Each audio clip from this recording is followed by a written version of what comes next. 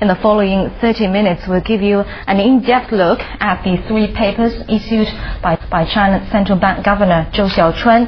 And joining me today in the studio is Professor Xiao Geng from Tsinghua University, who will share his views with us about this issue. Hello, Professor Xiao. Nice to have you here in the studio. Well, also later in the show, we'll talk with economics professor Huo Deming from Peking University, so please stay tuned with us. Well, China Central Bank Governor Zhou Xiaochuan issued 3 papers this week clarifying his opinions about the Chinese and world economies. His first and second articles, which were published on Monday and Tuesday, are entitled Reform the International Monetary System and on Savings Ratio. And in these articles, Zhou calls for the creation of a new reserve currency to eventually replace the US dollar as the global benchmark. His recommendations have received great attention around the world, and on Thursday, the governor issued an article entitled Changing Pro-Cyclicality for the Financial and Economic Stability. And in the third article, Zhou speaks highly of the government's rapid responses to the current global financial crisis. Well, all 3, Professor Xiao Geng, can you tell us why the central bank governor chose this time, about 1 week before the G20 summit in London, to issue these 3 papers? Because right now, all the leaders in the world, and they are, think tanks and advisors, they are thinking about these issues. So this is really a wonderful time for Governor Zhou to put forward his own thinking, and also a lot of represents Chinese scholars, Chinese governments, the discussions and thinkings about these issues. I think it's very, very timely. And in your opinion, why has the governor issued all those 3 papers so in just 1 week, so intact? Well, if you look at those articles, actually some of them are already presented in some of the international meetings, and a lot of those articles are probably already ready many weeks, many months ago. But this is the best time to put them together. Each paper actually looking at the different angles, but they all point to some of the most important issues every leaders are now thinking. Well, it's also about timing, I think. Then for more analysis, we are now joined by economics professor Huo Deming from Peking University. Professor Huo, through these papers, what do you think are the messages that delivered? I think the timing is very important, especially this week, right before the G20 meeting, and it puts out a very comprehensive look. There are 3 papers, very comprehensive overview about what China thought about the world should be. And in these 3 papers, it considers all different aspects.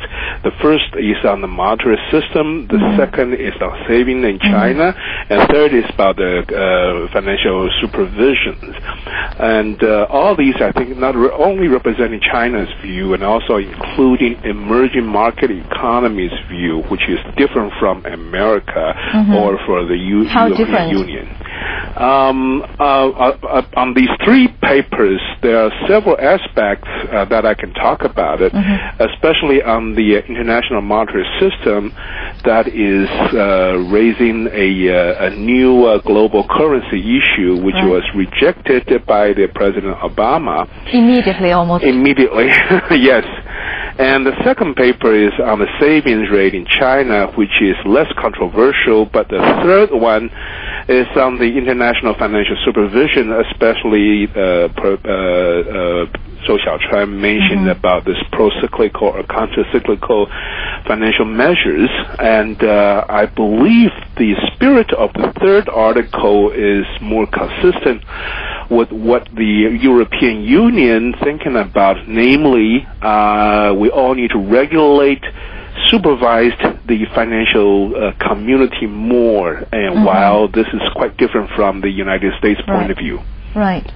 Then why do you think America, the United States of America has a different view? Is it just because that it wants to maintain the main status of American as the international benchmark? Well, the U.S. certainly has its tradition in terms of thinking about this financial things. Firstly, I should say the U.S. dollars has been a predominant global currency, and certainly there are a lot of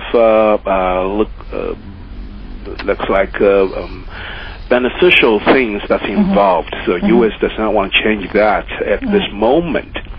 And about this financial supervision things, the U.S. certainly is ideologically different from the European Union, namely, ever since Greenspan, he's always for sort of creative creations or financial innovation things is good for the for the community, for the financial community.